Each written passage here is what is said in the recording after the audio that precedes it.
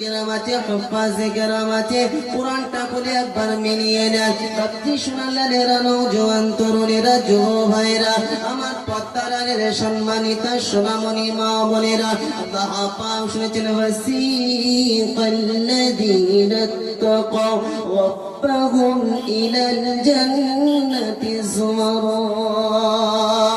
সেদিনকার দিন ঈমানওয়ালা মুত্তাকিদেরকে জান্নাতে ঢোকার অনুমতি দেওয়া হবে।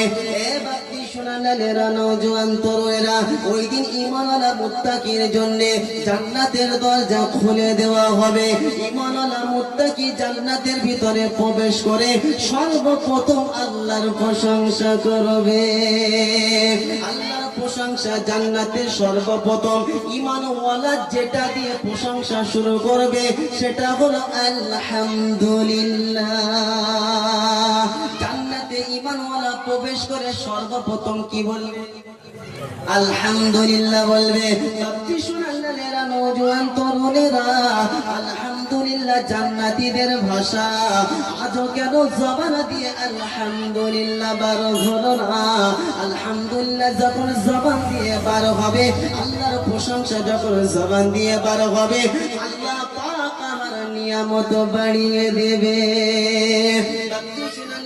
নওজোয়ান তরুণেরা, যুবক ভাইরা, আমার সোনামণি মা বোনেরা, ওই জন্য আমার এবং আপনার করণীয় হলো আল্লাহর নিয়ামত ভক্ষণ করা। আর আল্লাহর নিয়ামত ভক্ষণ করে আল্লাহকে স্মরণ করা। আল্লাহর নিয়ামত ভক্ষণ করে যদি আমি আল্লাহর শুকরিয়া আদায় করি, আমার লস হবে না, আমার কোন রকম ক্ষতি হবে না। আছে কোরআনে ঘোষণা, লা ইন শাকারতুম লা আযীদান্নাকুম ওয়া লা ইন কাফারতুম ইন্না আযাবী লাশাদীদ। বস বাবু, বস। এই বাবু, বস, চুপ করে বসো। তোমরা এখন অল্প বয়স উঠে গেলে হবে? তোমরা যেমন মেনে বসো, দোয়া কবুল হবে, জলসা কবুল হবে, বসো। বাপজি শোনালেরা, নওজোয়ান তরুণেরা, যুব ভাইরা, সূরা ইব্রাহিম আল্লাহ পাক শুনিয়েছেন, শুনে রেখে দেন। আল্লাহ পাক শুনেছেন, লা ইন শাকারতুম লা আযীদান্নাকুম ওয়া লা ইন কাফারতুম ইন্না আযাবী লাশাদীদ। বান্দা আমার নিয়ামতের যখন শুকরিয়া আদায় করবে, আমি আল্লাহ তোমার নিয়ামতকে আরো বাড়িয়ে দেব। নিয়ামত আল্লাহ পাক ছিনিয়ে নেবে না, নিয়ামত ইজাফা করবেন যিনি, তিনি বলেন রব্বানা। সুবহানাল্লাহ বলতে পারলেন না? তাই আল্লাহর নিয়ামত ভক্ষণ করার পরে যদি আল্লাহর শুকরিয়া আদায় করি, নিয়ামত কি করে ছিনিয়ে নেবে না নিয়ামত বাড়িয়ে দেবে?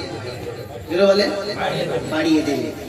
ফসল যখন খেতে, সবকিছু ফসল যখন তুলে বাড়ি নিয়ে আসলাম, বাজারে যখন ভালো দাম পেলাম, বলেন তো দেখি, পয়সা গুনতে ব্যস্ত হলাম, মানুষের সঙ্গে এই কথা বলতে, আলোচনা করতে শুরু করলাম যে অনেক রকম মেটেরিয়াল ব্যবহার করতে হয়েছে, তারপরে ফসল ভালো হয়েছে। বলেন তো একবারে জবান দিয়ে যে রব আমার খেতে এত ফসল দিয়েছে, সেই রবের শুকরিয়া জবান আদায় করে বলেন যে রব আজকে খেতে ফসল দিয়েছে বলে আজকে আমার ফসল এত সাকসেসফুল হয়েছে, বাজারের দাম পেয়েছি ভালো, রব ফসলে বরকত দিয়েছে বলে আজকে এতটা কাটাই এতটা ধান পেলাম। এটা কার তরফ থেকে? করণীয় কি ছিল? যে সারের দোকানে ভালো সার দিয়েছি বলে হয়েছে? দিয়েছেন কে? তাহলে যে দিয়েছে তার স্মরণ করেছে একবার ভাবলেন না যে 7 বস্তার জায়গায় 10 বস্তা হলো, দিয়েছে কে?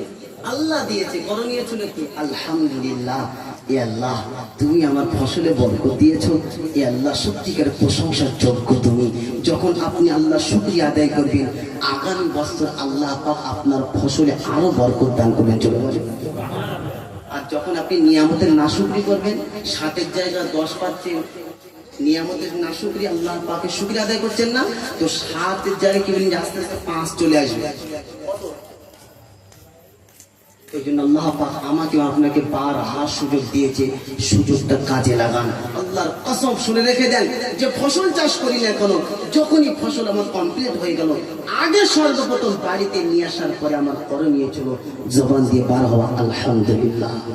যখন কোন একটা কাজ সাকসেসফুল হলাম, সর্বপ্রথম আগে দুটো রাকাত নামাজ পড়ে আল্লাহর শুকরিয়া আদায় করা।